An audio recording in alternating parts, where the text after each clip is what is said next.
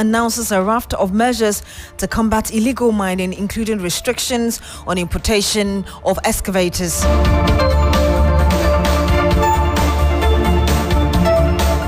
Also coming up, 35-year-old businessman Daniel Owusu-Kwanten remanded by Medina District Court for his role in murder of investigative journalist Ahmed Swale. Later, Ghana Atomic Energy Commission expresses grave concerns over encroachment of its lands around the nuclear waste facility. We have details coming up.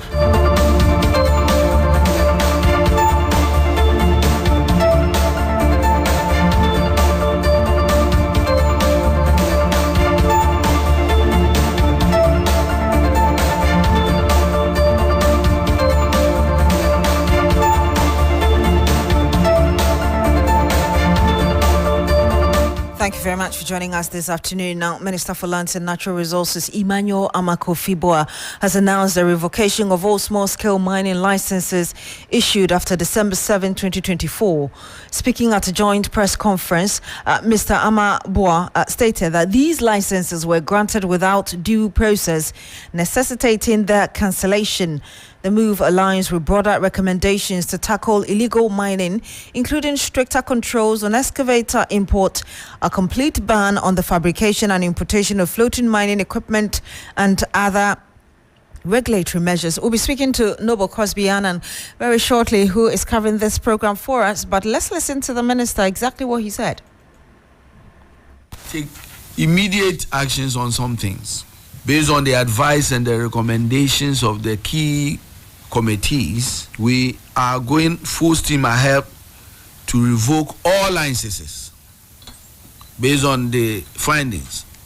All licenses, small-scale licenses that were issued from December 7th is hereby revoked. Whether you have EPA licenses, because the finding is very clear. Those licenses from December 7th were rushed, the due processes were not followed, and the right things were not done. Secondly, the existing community mining schemes are in name only, as I've said. They are to be disbanded and replaced with small-scale mining cooperatives that actually serve and benefit the communities. With immediate effect, banning all of that, basically, and reviewing them and turning them into community mining cooperatives. Noble Crosby Annan is there for us, like I just told you. He joins us live on the line. Noble, what more can you tell us from there? Right, Beatrice. So this was a joint press conference, like you mentioned, to make known to the public some of the findings and recommendations of a committee that was tasked to investigate illegal mining and the extent of the damage and impact. Now, the findings demanded collaborative effort from agencies and ministries to coordinate actions together to fight illegal mining. It was also noted that community mining schemes, as we have now, is only existing as a name, such that the communities where they exist in are not, involved in the mining activities. The communities are not part. So government must truly empower the communities to take advantage or to be able to actively participate in what goes on there.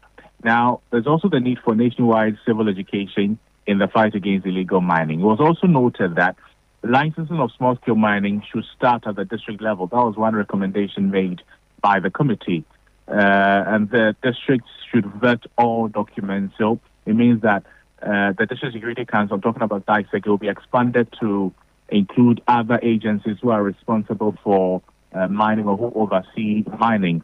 And in fact, the district chief executives, the ability to ensure proper mining in their district to be part of their KPI, because if this happens, they will make their districts accountable and make the communities accountable, and it will help to centralize the fight against illegal mining. It was also noted that one recommendation was to stop or regulate the importation of excavators into the country, because it was the third largest import in Ghana in 2024.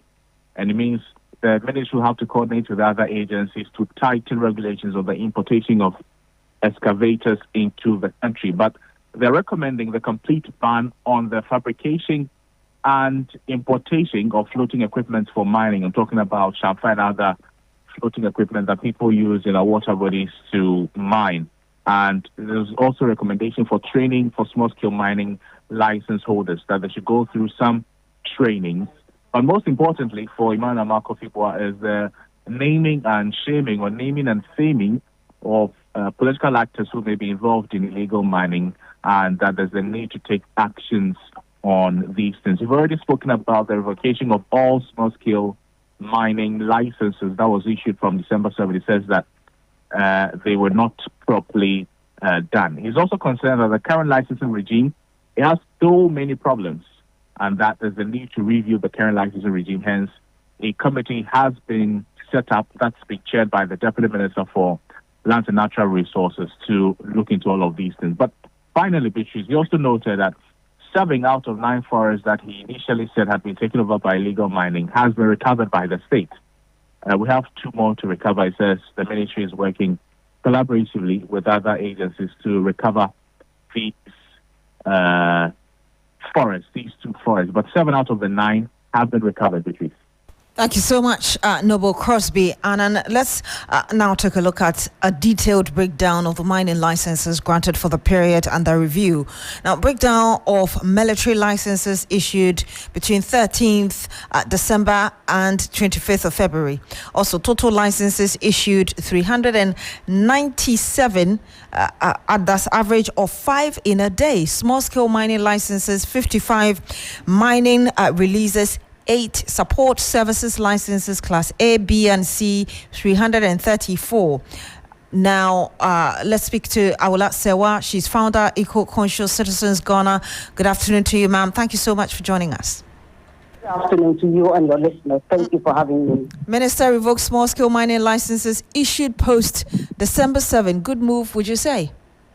I'll say that we greet it with cautious optimism. It's a step in the right direction. But of course, we also have to look at the other community mining licenses that are still in force. Cautious optimism, that's what you said, cautious actually. What do you mean by that? We mean that we need to be sure that this is actually the case. You know, when the president was in a position, he said he would revoke LI 2462. But we found out that yesterday what was taking place was an amendment of LI 2462 and not the revocation of the law.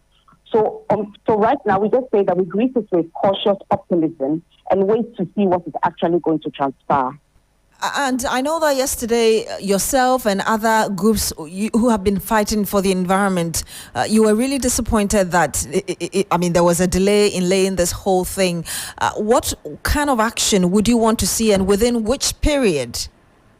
You see, let's be very clear. We were disappointed that we want a revocation. That is, the law ceases to exist, a repeal of LI 2462.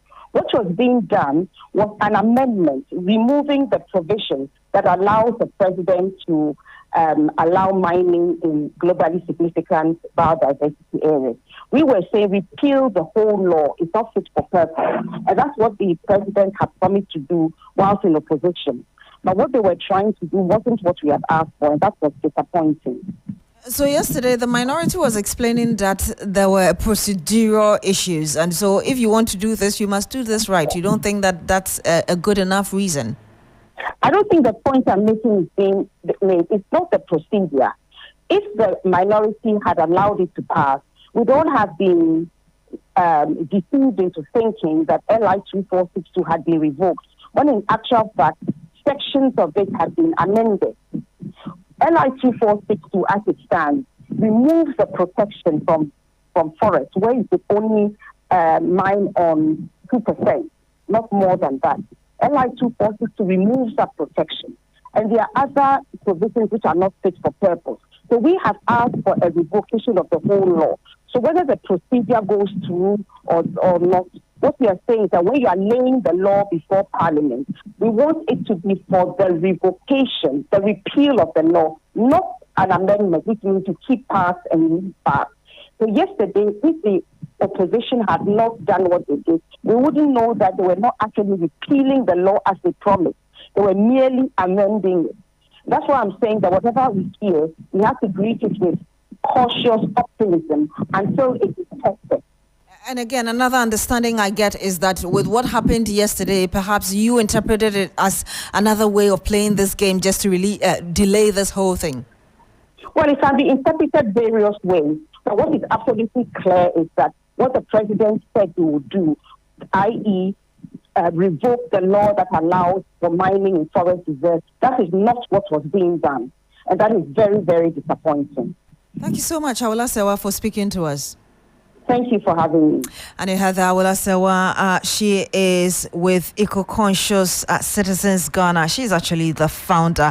Now, 35-year-old businessman Daniel Owusu-Kranting has been remanded by the Medina District Court for his role in the murder of investigative journalist Ahmed Swale, who was killed in 2019.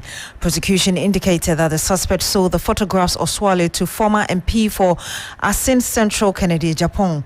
The police this week released information on the arrest of the suspect in Accra in connection with the ongoing investigations into the murder of the investigative journalist Ahmed Swale. Now, he was taken to court today and has been remanded. Lord Edwasari is our court affairs correspondent. He sat through the process for us. He joins us live on the line. Lord, if you can tell us how things panned out in court today.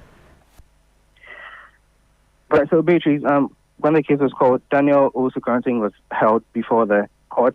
And then in their submissions, the police prosecution indicated that the brief facts of the case, Daniel Owusu-Kranting, who is a businessman, was also an employee of Tiger IPI, where Ahmed Swale also worked under investigative journalist Anas Anas. Now, the complainant of the case, who is a family member of Ahmed Swale, indicated in the facts of the case that Daniel Owusu-Kranting, prior to the death of Ahmed Swale, frequented the Medina home, I should say, quite often. And so he's not someone who's a stranger to the house. Now, the police also indicated that from the investigations, they noticed that Daniel Owusu-Kranting took pictures with Ahmed Swale. And so they are investigating to find out how it got out, but then they indicated that Daniel Owusu-Kranting, sold the pictures to the Asin Central Member of Parliament, Kennedy Japan. You recall that somewhere in 2018 there was a TV footage of Ahmed Swale and then the Asin Central MP saying that if this person is met outside and all that, he should be beating and all manner of all sorts of things. Now, Daniel Owusu-Kranting, however, denied selling these pictures to the MP, the fact of the case. His lawyer, during the whole submissions, indicated that the police prosecution do not have anything substantive against his clients and that the charges leveled against him were basically shambolic for the charges, really. And so, that's what happened. We can listen to the lawyer for Daniel Owusu-Kranting, Kofi Ethel Hackman. He spoke to the media. The police currently put a charge sheet together. A charge sheet on an offense of murder. First, we're talking about abatement. Today, we sprung up with a surprise charge sheet with one count of murder. And they paid the court to remand our client with no basis. You describe it as shambolic charge. Shambolic charge sheet. I said so in court. Because they have nothing on our client. It's just a multitude of suspicions and allegations and hearsays that have been put together. And the law never personalized any evidence. It is just for someone's career to shoot up. And someone has to go down. And that's what they are doing. It's just mere witch hunting. And we will deal with it in the law courts. We are not media men, we are not journalists. We'll deal with it in the law courts. Yes. So they couldn't, it's not even at the committal stage. They're just going to call it, can any Ghanaian be put in police custody? And you are a journalist. So the investigation is being perpetuity. We started this investigation in 2019. We invited our clients, we said we will come. And we missed out on one day. We come arresting him. We want a remand. I wouldn't want to say more. We don't want to go into details on it. Yes. You are coming back on 1st of April. We'll be here. What do you expect to happen on the 1st of April when you get here? The police said they would amend their charge sheet. As I said, it's shambolic. It doesn't hold any water. So we'll see what they come back with. And we'll see what the business of the day will be. How is your client coping? He's a strong person. They can't break him. He will survive. And just pray that nobody will just go beyond what the law allows whilst he's in custody. Otherwise, we take everybody on. So it's remanded where exactly? For security reasons, we can't. But it's in police custody or? I can't as well say that. Okay, because the judge also didn't say that it's been remanded. It's just for his safety. Okay. You know, his line of business is undercover investigative journalism. So that's it. So we want to leave it at that. So you were shocked with the charge sheet, right? As presented by the prosecution. Because you describe it as shambolic. Yeah. I've said it and retweeted it in this interview. So I mean, it goes without saying for such a charge sheet to be used in a matter of an indictment. And I saw the judge was equally surprised. She was taken aback and she also pronounced, made a comment on it. She commented on it, but still had to do the remand. I don't know. But this is at the discretion of the judge. I don't want to go into details. So we'll leave it at that. And I had the lawyer of the accused speaking to journalists. Lord Adu is still on the line with us to wrap up our conversation. Lord, what more should we expect from this? Right, so the police prosecution are going to get advice from the Attorney General's office. I think will amend the charge sheet, but ultimately we are back in court on 1st April, and we'll see how things will pick up from there. Thank you very much, Lord Adu. He's our court affairs correspondent.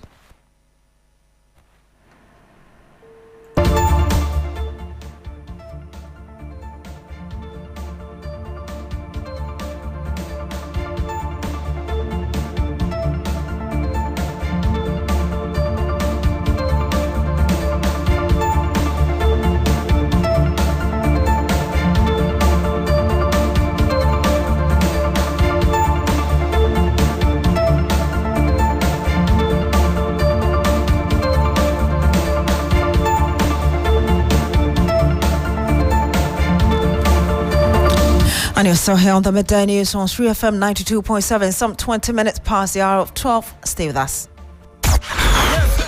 Ghana, it's time to globalize. Gobe Nation and Gobe Eaters Association, it's time to assemble. Get ready for Ghana's ultimate beans-based food festival, 3FM Gobe Festival 2025. This year on the 22nd of March at Lagos City Mall, we're on a mission to celebrate all things beans from your favorite vendors. Come and immerse yourself in an electrifying atmosphere filled with great food, refreshing drinks, live band music, fun games, jama sessions, crown our king and queen of Gobe, and find out who wins Gobeathon amongst many activities. 3FM Gobe Festival on the 22nd of March at Legon City Mall from 10 a.m. If you're an interested vendor or sponsor, please call 0531 100 927 or 0532 200 927 right now. Let's get Gobelicious on the 22nd of March and make history at 3FM's Gobe Festival at Legon City Mall.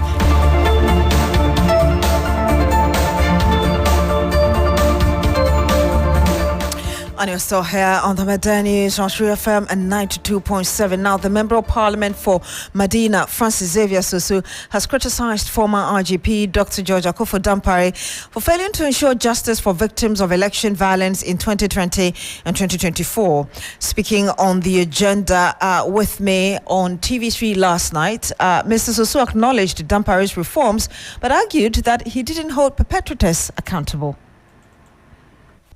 I was not surprised. I was not surprised because His Excellency John Dramani Mahama had promised the people of Ghana that he intended resetting the nation, and I believe that the overwhelming mandate that was handed over to His Excellency the President and the NDC also included the natural desire of Ghanaians to see some justice for people who over the years had suffered different levels or different degrees of injustices without any remedy. And I recall that back in Parliament, myself and several others were filing several parliamentary questions to the then Interior Minister and the then Attorney General to respond to questions in respect to unexplained murders and murders that had not been investigated and perpetrators had not been brought to book.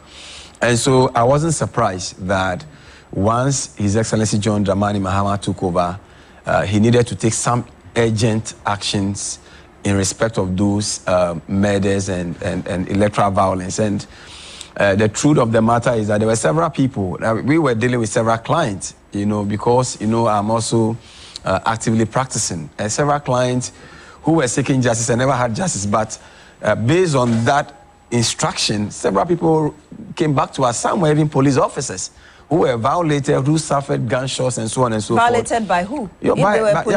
Through electoral violence, people who perpetrated electoral violence.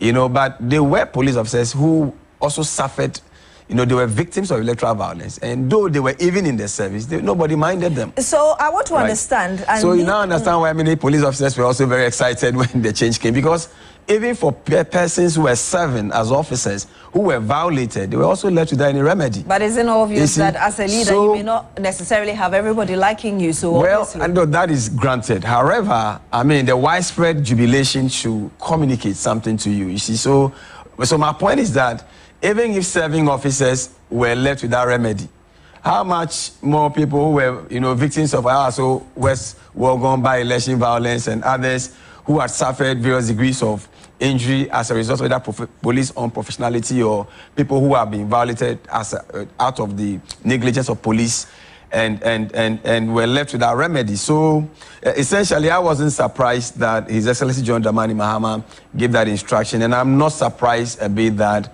now the IGP has been relieved of his duty. That was Member of Parliament for Medina Xavier Sosubot. Former Peace Council Chair, Most Reverend Professor Emmanuel Asante, says that he sees this as a politically motivated dismissal. Yeah, people in such positions should be given tenure of office.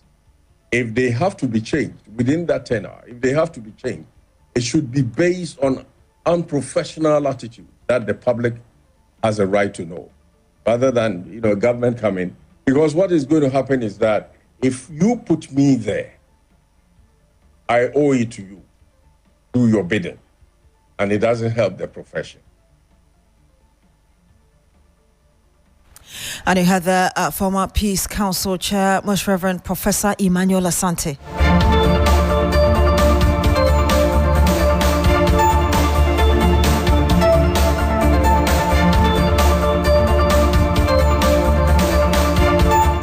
Now let's bring you this. Ghana's legal system is coming under some scrutiny after a US-based court last Thursday awarded investigative journalist Anas Arimiyao some $18 million in damages over defamatory comments made against him by former Asin Central MP Kennedy Japan. The two have been in legal battles since 2018, both here in Ghana and abroad, after the former lawmaker questioned the modus operandi of the investigative journalist. The suit in Ghana failed after the trial judge labeled Anas as a criminal while dismissing his reliefs sought. An appeal on the matter would yield no result as well, even as the investigative journalist instituted processes on similar reliefs in the US. Now, after nearly 4 years, a jury returned a verdict slapping the former legislator with $18 million damages to be paid. Let me bring you some more of what Anas was seeking. Allegation that Anas is a criminal, allegation that Anas murdered Ahmed Swale, allegation that Anas is responsible for the multiple of Chinese nationals in Ghana, also allegation that Anas is a thief, allegation that Anas is a primary actor or co-conspirator in multiple murders.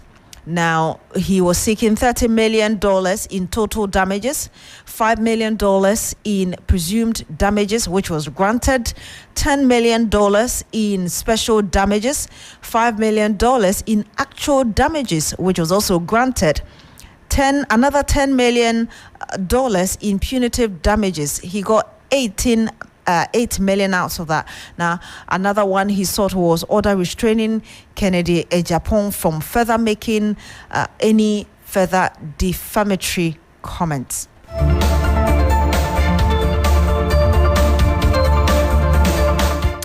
And that's it for the news on 3FM 92.7. Log on to 3news.com for more news. My name is Beatrice Adu. Have a good afternoon.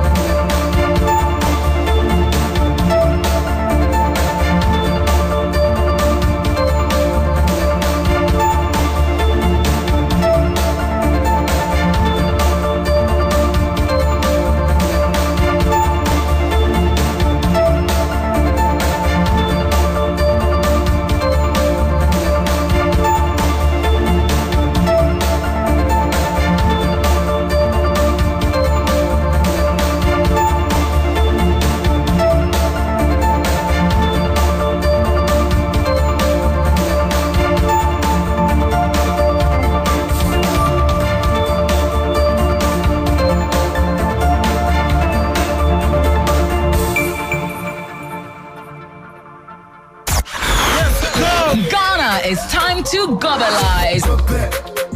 Gobe Nation and Gobe Eaters Association is time to assemble. Get ready for Ghana's ultimate beans-based food festival, 3FM Gobe Festival 2025. This year on the 22nd of March at Lagos City Mall, we're on a mission to celebrate all things beans from your favorite vendors. Come and immerse yourself in an electrifying atmosphere filled with great food, refreshing drinks, live band music, fun games, jama sessions, crown our king and queen of Gobe, and find out who wins Gobeathon amongst many activities. 3FM Gobe Festival on the 22nd of March at Legon City Mall from 10 a.m. If you're an interested vendor or sponsor, please call 0531 100 927 or 0532 200 927 right now. Let's get Gobelicious on the 22nd of March and make history at 3FM's Gobe Festival at Legon City Mall. It's absolutely free. 3FM Gobe Festival 2025, celebrating culture, love, and unity through Gobe. Powered by 3FM 92.7, your urban lifestyle radio. Proudly sponsored by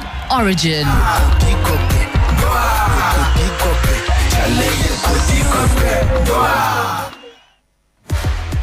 It's the battle of the teams in a 3FM 60-day Fit Start Challenge. Which team will come up tops? Will it be Team Comfort or Team Helen? Will age and tact triumph? Or will youth and energy win? Call or WhatsApp on these numbers: 0532 300 927 or 0532 200 927. Now, to join Team Comfort or Team Helen and enjoy holistic wellness coaching, specialized diet plans, and cooking tutorials, thrilling exercises, challenges, and activities, plus many exciting rewards. 3FM Fit Start is sponsored by Daffy's Health and Beauty, Bill's Microfinance and Usual Premier, and supported by Blue Skies and the Ghana Medical Association. 3FM Fit Start, your health, your journey, your victory. 3FM 92.7, Urban Lifestyle Radio Station.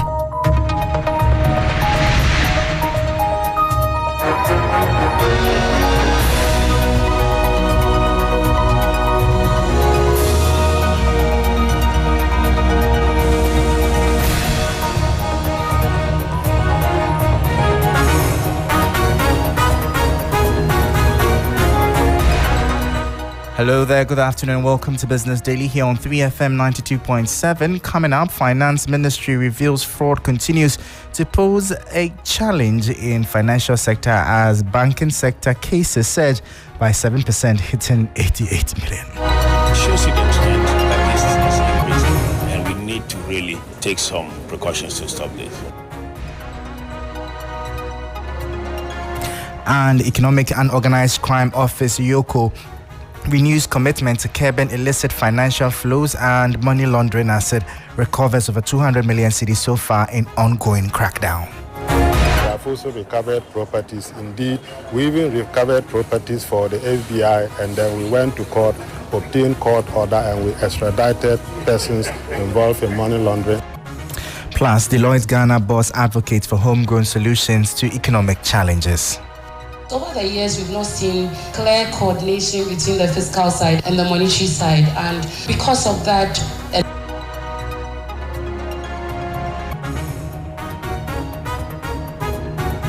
But we have details of these and many other stories coming up shortly. Please stay with us.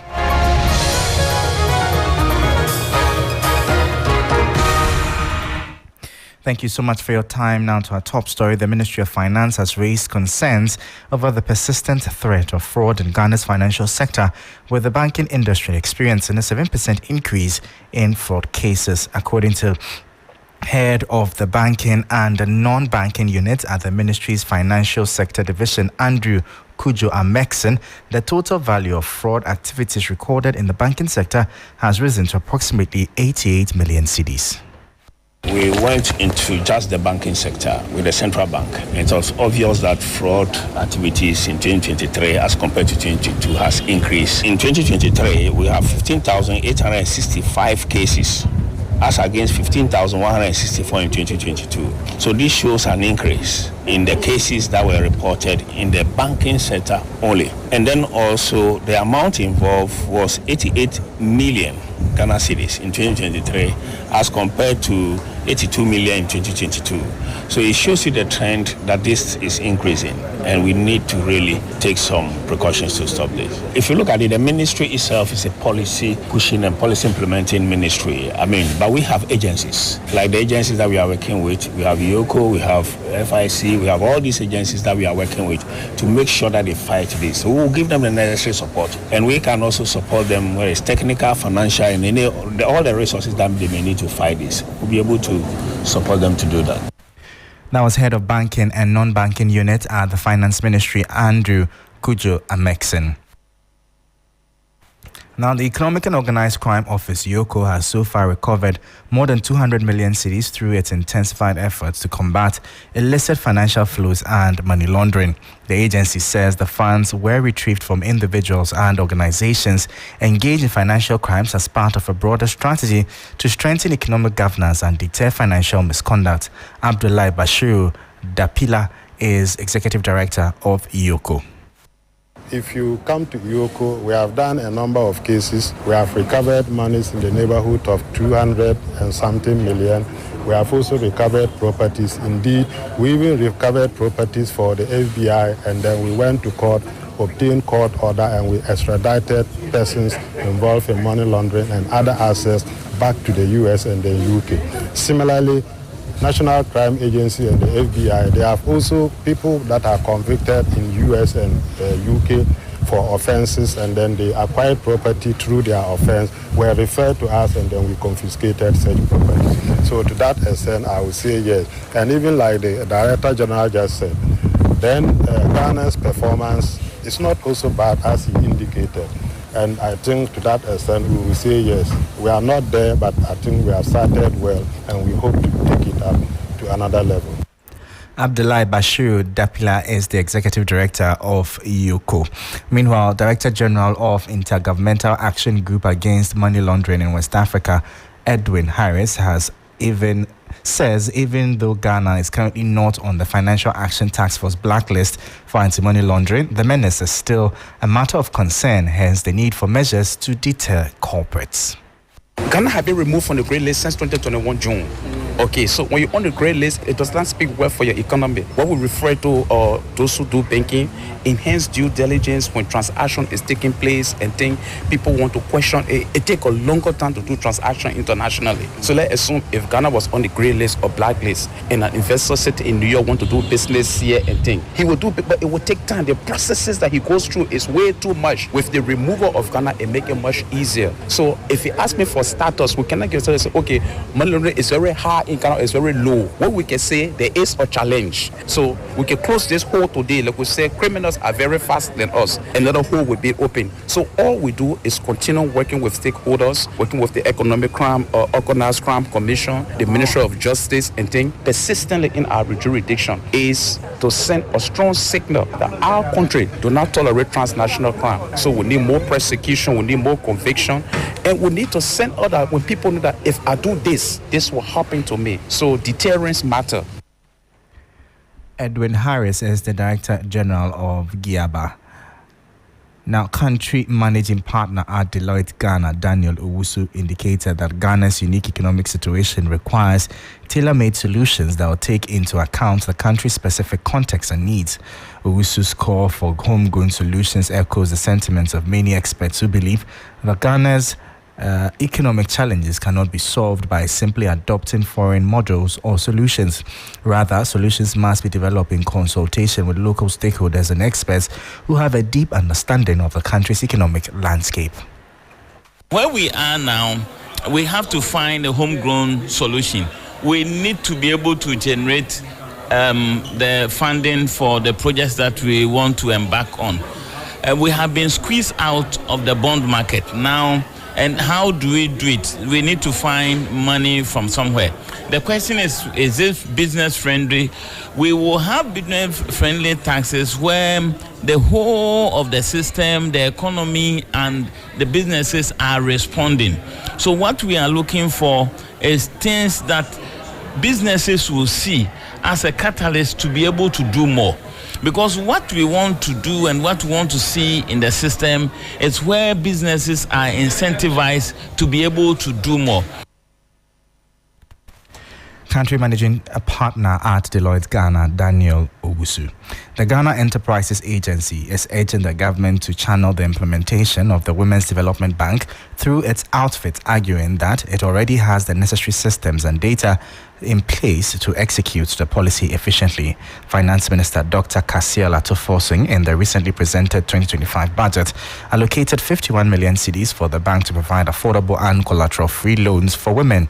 GEA CEO Margaret Ansay emphasized that instead of creating a new agency, the government should leverage existing institutions like the GEA to ensure effective execution of the initiative. As for us, we don't even wait to plan for women. It is a continuous process. This is an institution where we have a directorate or a department that deals with women entrepreneurs. So, and all our partners are particular about women involvement. When they are giving you funding, they specify. If even possible, they will wish that you get 90% women to support. So as for women progress and women support, is a continuous activity with GE. We already have the data, we have the statistics, we have the personnel, we have the skill, we have the wherewithal. We are already in the process. So the government doesn't need to reinvent the wheel. They should bring the money to GE and we shall implement it successfully for the government. That's why we are here. That was the CEO of the Ghana Enterprises Agency, Margaret Ansay, speaking there. Before we leave you, Associate Professor Ejapoma Jekedako of the University of Ghana Business School is calling on the Finance Ministry and the Bank of Ghana to harmonize their policies to achieve a more effective economic outcome. She emphasizes the need for fiscal and monetary policies to work together seamlessly. According to Professor Jekedako, the recent scrapping of some taxes and levies may provide a minor boost to the economy, but if not managed carefully, it could lead to increased pressure on the central bank to hike the monetary policy rate. This, in turn, could negatively impact exchange rates and hurt the business environment. There is a clear need for the Minister of Finance to stick to the fiscal consolidation that he wants to be doing, in order not to put a lot of pressure on the monetary side to try to quench the fire, because over the years we've not seen clear coordination between the fiscal side and the monetary side, and because of that, a lot of problems are put on the central bank because they try to quench the fire. People think that they have to be doing better in terms of the monetary policy rates. Businesses are not happy with them, but then the problem would be resting on the side of the fiscal.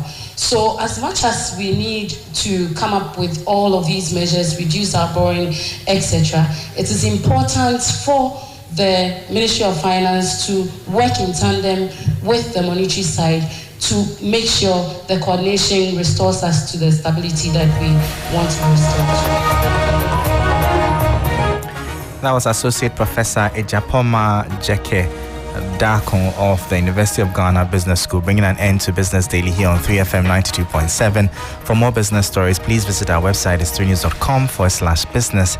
I am Michael Obodu. Thank you for listening. As always, please stay safe. Up next is Urban Blend, and Black Rasta is on standby. Stay tuned.